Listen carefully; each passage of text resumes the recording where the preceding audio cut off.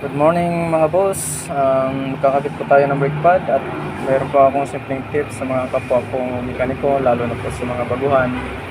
Pagka nagkabit ng bagong brake pad, ito po yung ating ikakabit mga boss.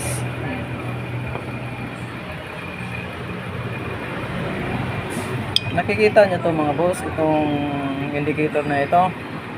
Kapag manipis na ang brake pad, ito po ay sasayad dun sa rotor. Kaya ma-aware po ang driver na manipis ng brake pad kasi mag-iingay po siya, mag-squeaking. Pero kung mali po ang kabit ng brake pad mga boss, halimbawa baliktad, ay hindi po yan tutunog. Kaya mayroon pong tamang posisyon ng brake pad pag nagkabit. Itong ganito po, sa mga indicator, dapat sa loob po ito nakalagay. Dapat sa loob na banda. At yung walang indicator mga boss, yun po ay sa labas. Yan, sa labas. Ngayon mga boss, marami hong nagkakabit na baliktad. Dapat po ito mga boss ay salubong po yan sa ikot ng rotor.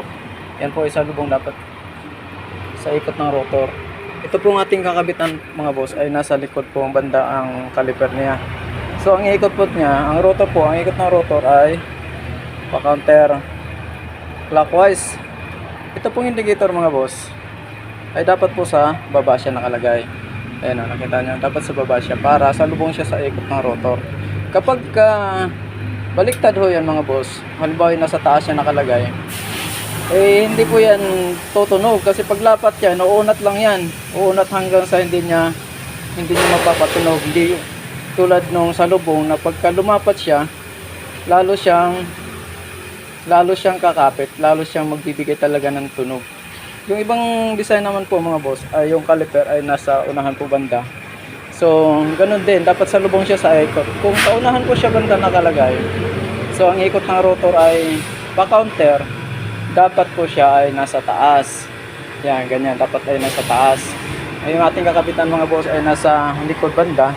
So sa likod siya sa baba siya nakalagay. So nakuha niyo po mga boss, ito yung simpleng tip lang po at sana'y salamat po sa inyong panonood. God bless.